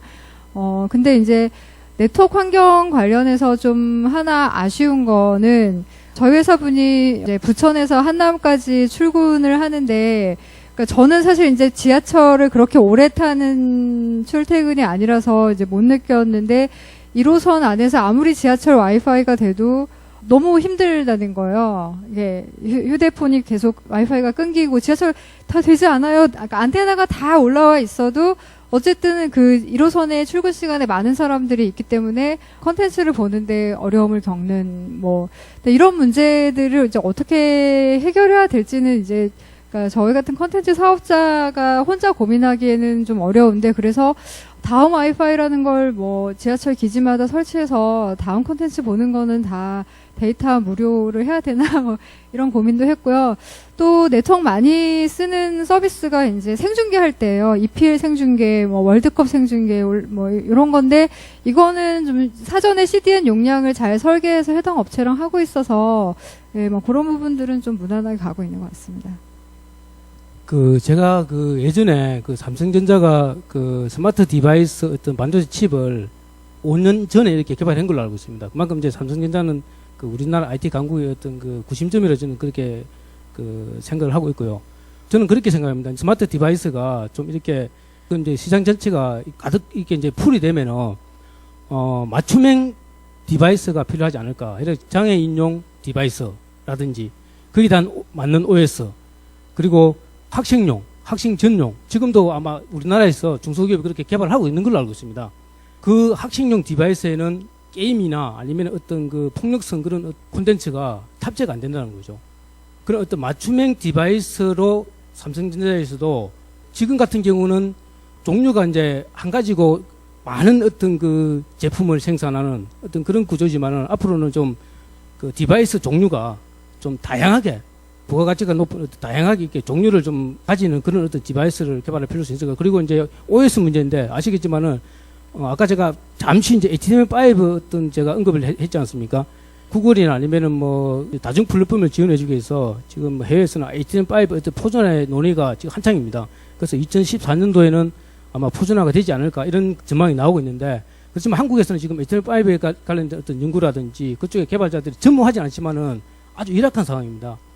그래서 뭐 지금이야말로 이제 다중 플랫폼을 지원해 줄 수 있는 HTML5 어떤 그쪽으로 삼성전자에서 좀 지원을 많이 해주면은 우리나라의 어떤 그런 개발자들이 챙겨놔야만이 콘텐츠의 어떤 강국이 되기 위해서 어떤 그런 분야에 대해서 대기업에서 좀 이렇게 심혈을 기울여서 육성을 해야 되지 않을까 저는 그렇게 내다보고 있습니다. 저희 아까 잠깐 언급드렸는데 저희 쪽 생각하는 거는 이제 자동차 쪽하고요. 그다음에 실제 집에서 할 수 있는 IoT 제품들 그리고 사람 이제 몸에 부착하는 것들 이렇게 세 가지로 보고 있고 자동차는 CJ ENM에서는 기아 자동차하고 계속 작년부터 올해까지 이제 계속 작업해서 자동차 출시될 때 컨텐츠가 어떻게 이제 인베드 될지 그리고 요런 거 논의하고 있어서 자동차 안에서 컨텐츠 소비하는 것들을 좀 보고 있습니다. 그게 뒷화면 디스플레이도 될 수도 있을 것 같고요. 뒷화면 유리도 이제 모니터로 활용하는 것들이 좀 나오고 있어서 그쪽에서 보는 자동차 IoT 지금은 아마 내년부터 이제 조금 제품으로 나올 것 같고 거실에서 보는 것들은 저희가 아직은 실험 단계인데 아까 말씀드린 이제 화분도 그렇고 체중계도 그렇고 만보기가 될 수도 있고 그다음에 펫을 이제 케어하는 그런 IoT 상품들 펫하고 스마트폰하고 연결되고 체중계하고 자기 건강과 연결되는 것들이라든지 이런 것들 계속 리서치하고 있고요. 몸으로 보는 건 아까 말씀드린 것처럼 이제 시계도 막 나오긴 했지만 만보기가 될 수도 있고 아니면 신발에 부착하는 나이키 같은 형태의 것들을 실제 콘텐츠에 연결시키는 것들 그게 건강 프로그램이 될 수도 있고 지금 슈퍼스타 K 같은 경우도 사실 없었던 음악 창작자들이 이렇게 하는 것처럼 건강 프로그램이나 캠핑 프로그램 같은 거 하고 실제 연결이 돼서 그거하고 사용자들이 시청자들이 보면서 한 주 한 주 연결되는 것 같은 것들이 내부에서는 이제 많이 논의되고 있어서 그것들이 한두 개씩 내년부터 이제 출시될 것으로 저희 보고 있습니다.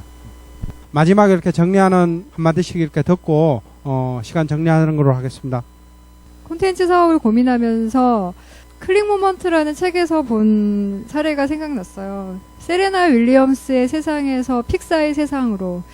그러니까 세레나 윌리엄스 선수한테 테니스와 관련해서 가장 기억에 남는 일이 뭐예요? 물었는데 그냥 계속 연습했던 기억밖에는 별로 추억이 없어요. 이렇게 얘기하는 거예요. 세레나 윌리엄스의 세상은 1만 시간의 훈련의 법칙이 통하는 세상이거든요. 그러니까 어느 정도 재능이 있고 테니스 선수가 테니스 규칙은 또 크게 바뀌지 않아요. 그래서 세계 챔피언이 잘 바뀌지 않고 그렇게 훈련된 선수는 계속 1등을 하고 이제 이런 세상을 세레나 윌리엄스의 세상이라고 한다면 이제 픽사에 물었어요. 어떻게 그렇게 훌륭하게 성공하는 작품을 만들 수 있죠? 하니까 저희는 99% 다 실패해요. 다만 그걸 세상에 내보내지 않을 뿐이에요. 이제 이렇게 얘기를 해요.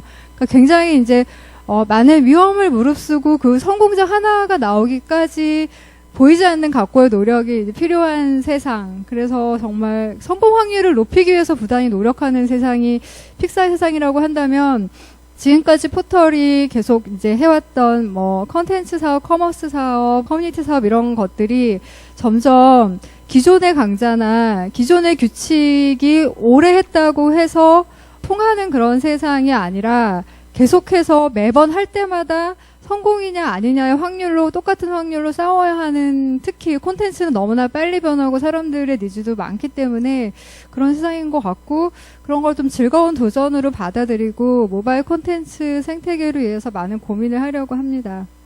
주제가 미래 비즈니스 포럼이다 보니까 수익 모델에 대한 얘기를 많이 했는데, 웹툰이 요즘 각광받고 있고 그렇긴 하지만 사실 모든 웹툰 작가나 창작자들이 안정적인 환경에서 창작에 매진하고 있지는 못하거든요. 그러니까 소수의 거대 포털에서 안정적인 연재를 유지하고 있는 작가는 정말 소수 중에 소수인데, 그런 것만큼 아마 내년에 아까 얘기했듯이 해외에 진출을 하든 어떤 식으로든 이 컨텐츠에 대한 활용도를 높여서 더 큰 수익을 올린다면 그게 온전히 또 창작자한테 돌아와서 더 질 좋은 창작품을 내놓을 수 있는 환경을 구성하는 게 그 단순히 수익 모델을 세우는 것 이상으로도 또 중요한 일이 아닌가 생각을 하고요. 오늘 작가 입장에서 제가 또 크게 도움이 되는 발언을 해드렸는지 또 모르겠는데, 오늘 좋은 시간 보내셨으면 좋겠습니다. 감사합니다.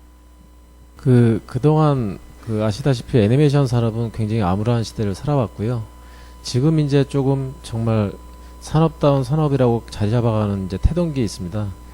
우리나라가 미국이나 오래된 역사를 가진 애니메이션 회사들과 경쟁하기 위해서는 굉장히 많은 것들이 필요한데, 다행히도 스마트폰 기기를 통해서 실은 경쟁할 수 있는 어떤 기본적인 환경은 제공된 것 같아요.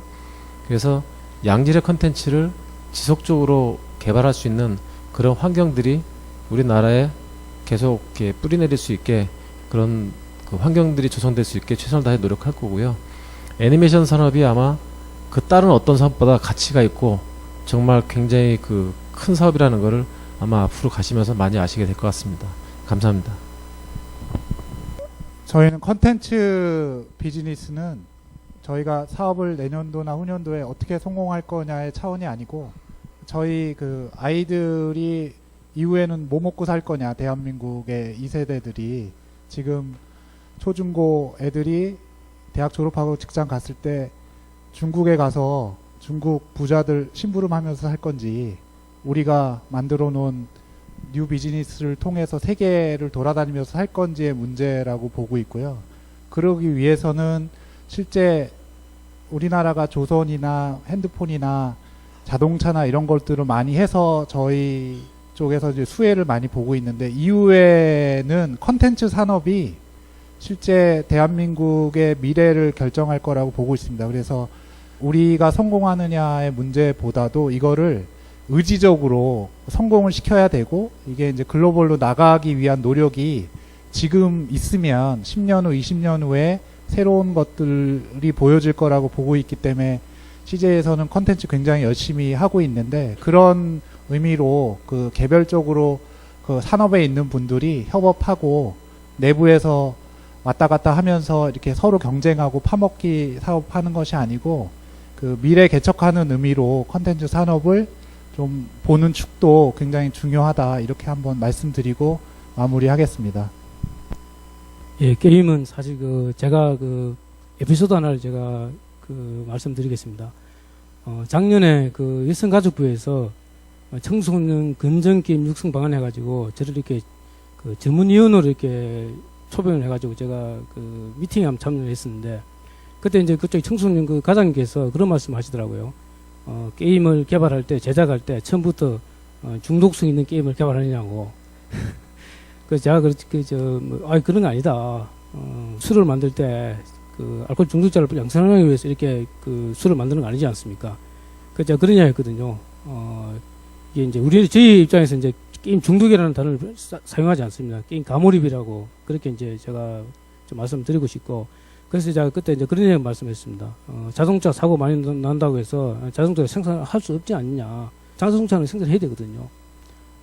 그리고 사실 지금 게임에 대한 규제가 전 부처에서 이렇게 지금 시행을 되고 있습니다. 사실 카툰이나 웹툰이나 아니면 애니메이션이 게임 산업 같이 성장했으면은 아마 그쪽에서도 아마 중독자가 생겼을 거예요. 그쪽으로 또 이제 규제가 일어날 수밖에 없는 거고. 그래서 사실 저는 그런 생각이 들어요.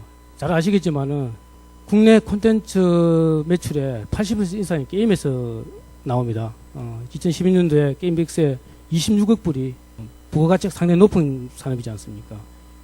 게임 매출 10억이면 제조 매출 100억보다 더 훌륭한 그런 어떤 부가가치가 높은 산업인데, 실제적으로 그런데 지금 정부에서는 출범하면서 5대 콘텐츠, 필력 콘텐츠 하나로 이제 게임을 사실 꼽았거든요. 그렇지만 정부 부처나 아니면 국회에서는 4대 물줄 중에 하나라고 이렇게 게임 산업을 4대 물줄 중에 하나라고 이렇게 말을 하고 있고요.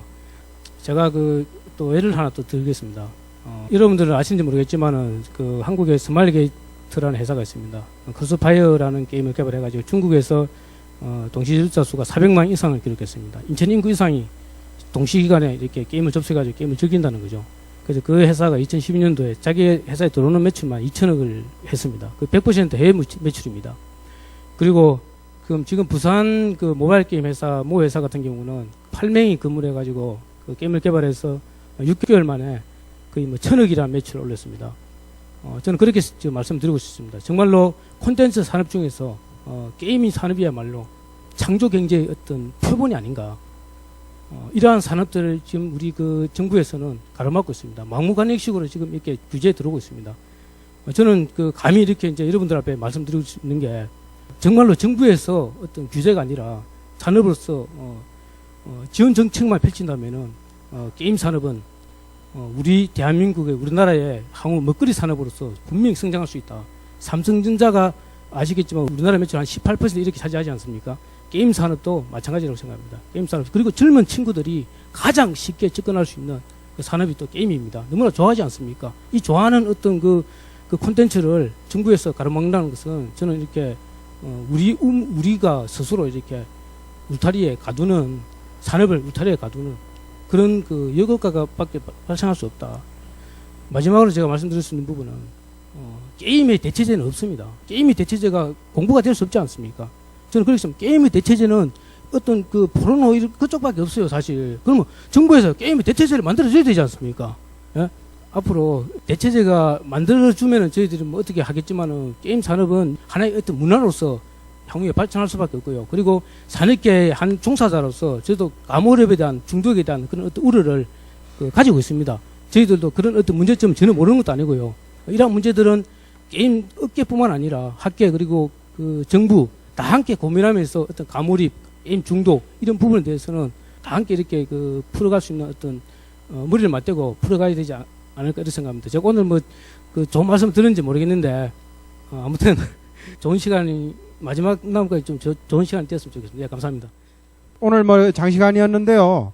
5분 이렇게 모시고 각 분야 이렇게 콘텐츠를 따졌지만 하나의 단어로 이렇게 관통하는 단어가 어쨌든 콘텐츠 하면 즐거움인 것 같습니다. 여러분들이 콘텐츠를 정당하고 그리고 멋지게 이렇게 사용해 줄 때 그때 이렇게 제공드리는 즐거움이 우리 콘텐츠 산업을 이렇게 키우고 일으키는 가장 큰 에너지가 됩니다. 그래서 다시 한번 장시간 이렇게 고맙고요. 오늘 이렇게 마지막까지 이렇게 경청해 주셔서 고맙습니다. 안녕히 돌아가십시오.